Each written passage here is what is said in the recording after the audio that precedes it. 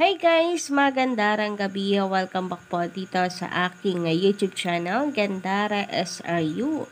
Anyway, shoutout po pala Sir Celso Pineda, watching from Riyadh. Magandang gabi sa inyo. Stay safe and healthy always. Ganun din na dito kay Sir Kennedy Katoto. Magandang gabi. Shoutout Gandara from Naik, Cavite.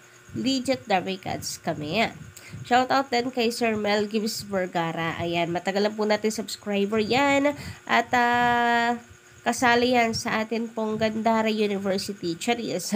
Shoutout po din dito sa isa pa po nating subscriber na si Sir Malyari Mascareñas. Matagal na rin po natin siyang subscriber. So, shoutout. Namiss ko po kayong lahat. Mga legit kong taga-subaybay. So, madalang man po ako ulit makapag-shoutout. Alam niyo naman siguro na talagang sa puso ko ay lubos-lubos ang pasasalamat ko sa inyo pong walang sawang pagsuporta. Ayan, shoutout po sa VMB family and Tita Missy Tamski sa next vlog mo. Shoutout, Sir Malyari Mascareñas. Samantala ngayon naman, si Karen A. Struck naman ang atin pong babatiin. Happy 15th birthday nga sa'yo and kitang-kita namin kung gaano kakasaya ngayong araw na ito sa celebration at inihanda ng TVJ para dito sa birthday mo. You deserve lahat ng mga blessings na natatanggap mo dahil kita po ng lahat or kita ng lahat yung dedication mo at yung husay mo ay pinanghahawakan ng TVJ yan. So, congratulations dahil nakuha mo yung birthday wish mo, which is yan na yun, sabi mo kanina sa Itbulaga.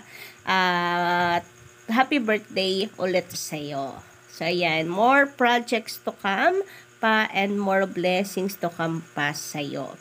Anyway guys, ngayon naman, ang pag-uusapan po natin sa gabing ito ay pumapatungkol rito sa guesting ni Aga Mulak dito kay Vice Ganda's vlog.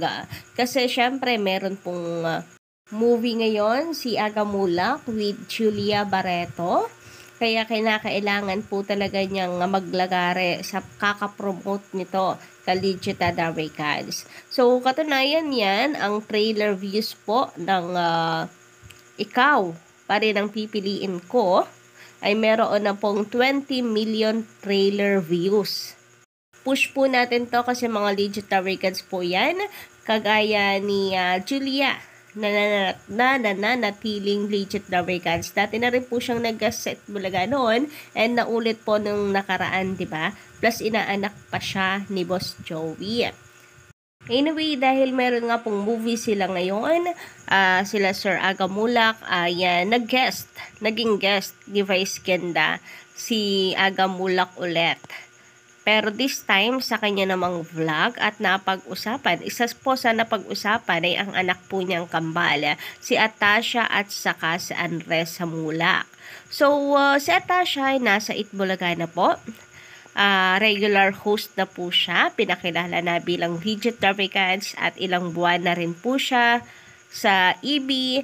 And then, si Andres naman, dati pang pinag-uusapan na baka po maging Records din natin si Andres bilang pantapat sa mga Ligaspi Twins.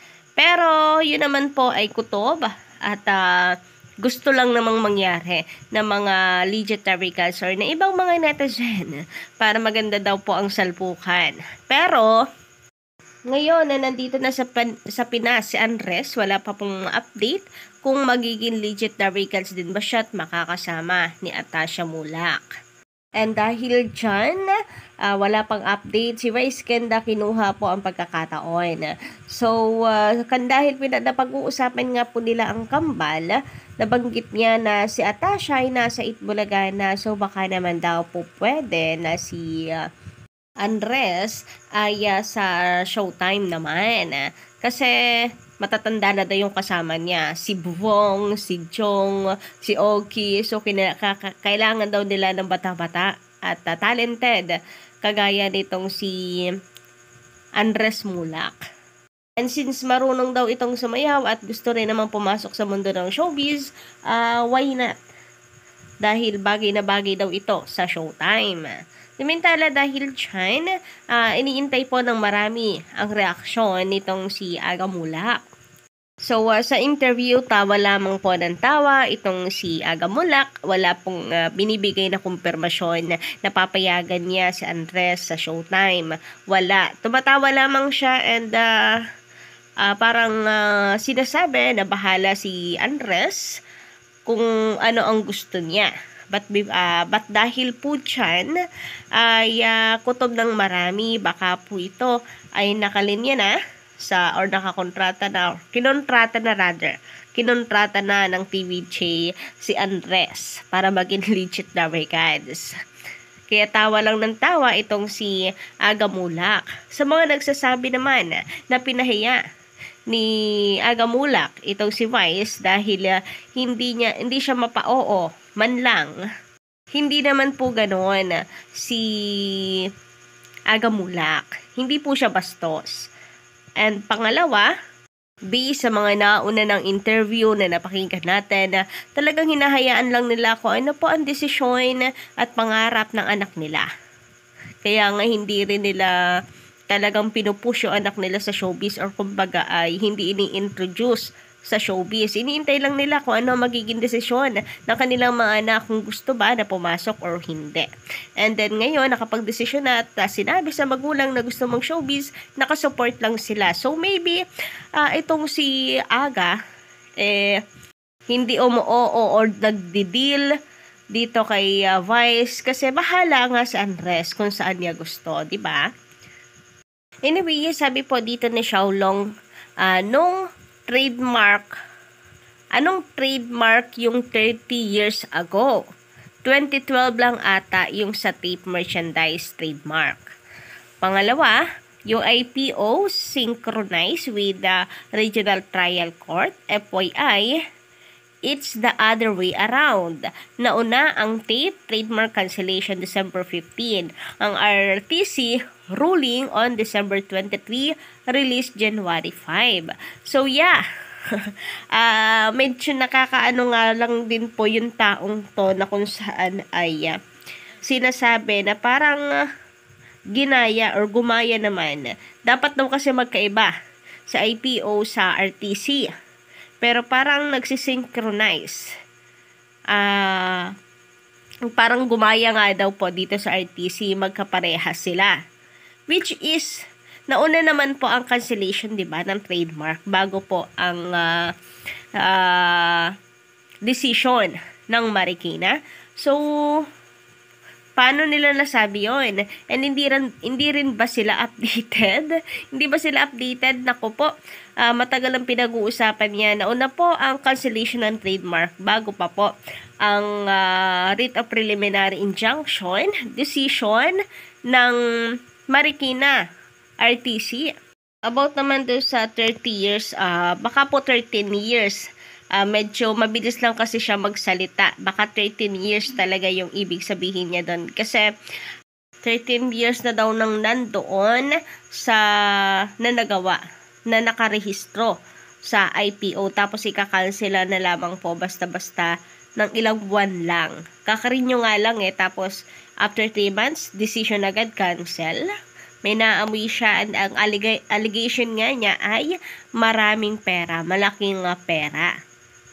So, binayaran daw ng TVJ ang korte. Samantala, sabi naman ni Miss Alina that iyan taong iyan, nagpapalakas lamang iyan. Hindi naman siya ang attorney ng tape. Gusto niyang palitan ang attorney ng tape. So, ayun na nga biruin yung attorney ng tape ang sinasabihan na hindi ka kasi nakikinig sa akin. Ayan tuloy. Kala mo kung sino po siya. Hindi rin nga po siya involved dito sa issue ng Itbulaga. And siya pa daw ang magbibigay ng ebidensya dito kay Attorney Maggie at dapat sundin siya na Attorney Maggie sa kanyang strategy. So, naalala ko, nung nasa side pa rin siya ng TVJ, nung dating pinagtatanggol niya ang TVJ na kesyo, mali ang ginagawa ng tape dahil for merchandise sila, pero for entertainment ang kanilang ginagawa. Ganyan din po siya, napaka-bosit, inuutusan ang TVJ sa kung anong dapat nilang gawin at wala din po siyang believe dito sa strategy ni Attorney Buko na copyright ang kanilang ipinupush na kaso laban sa tape. Pero kita niyo naman ngayon, di ba, kung sino po ang panalo. Kung sinunod siya nila Attorney Buko, di wala, natalo ang TVJ. Ngayon, ang tape naman ang kanyang inuutusan na siya ang sundin. Anyway, sabi naman dito ni Miss Beth. Miss Beth Pagsibigan? Kasi po, tiwala ang TVJ na hindi sila may stab sa likod. Really? New evidence? So, yun na nga masyadong talaga ang kabaitan ng TVJ. Andun pa rin tayo bumabalik at bumabalik po sa kabaitan ng TVJ dahilan kung bakit sila naabuso po talaga. Anyway, sabi pa dito, bakit po naka-shades yung nagsasalita? Anong tinatago niya? Wala po. Feeling pogi or feeling ganda lang po siya doon sa emoji na yon na siya po ay naka-shade. Wala po yun. Wala naman siya tinatago doon. Ang tinatago po niya, yung anit po niya kasi nakatattoo. Mas maganda sana kung nag-wig na lamang siya. But anyway, buhay niya po yon. Sabi naman dito ni Miss Karen Diaz, Tachibana, lagi na lang pinagbibigyan ng TVJ, kaya lang nananamantala na ang GMA at tahanang pinalubog. So, yun po yung sinasabi ko. At the end of the day, patuloy na bumabalik po sa kabaitan ng TVJ ang lahat. Yung pagbibigay po nila ng respeto sa Tape Inc. na minsan yung mga fans na ang nanggigigil, dapat bawas-bawasan daw ang kabaitan. Sabi naman ni Sir Romy Obispo, magandarang gabi, Ma'am Gandara, 19 lang yung nanonood. 90 lang ang nanonood. Wow! Baka gawin pa nilang number 1 sa rating yon. Tahanang walang pundasyon. Shutdown na lang po. So, ayun na nga, 90 viewers. Tapos nakalagay po sa taas na viewable worldwide. So, di ba parang mas napahiya lang po sila dahil doon. Sana hindi na lamang po nila nilagay. Pinagtawanan lang po tuloy sila ng mga netizen. 90 lang kasi ang viewers kahit viewable worldwide po ang kanilang channel or ang kanilang video. Wala ganun talaga. Kapag ayaw ng tao sa'yo, ayaw talaga sa'yo. Nagmumukha lamang pong pinagsisiksikan nila ang kanilang mga sarili. So, yun lang muna guys ang ating update para sa gabing ito. Don't forget to click the subscribe button and notification bell para po sa iba pang mga balita.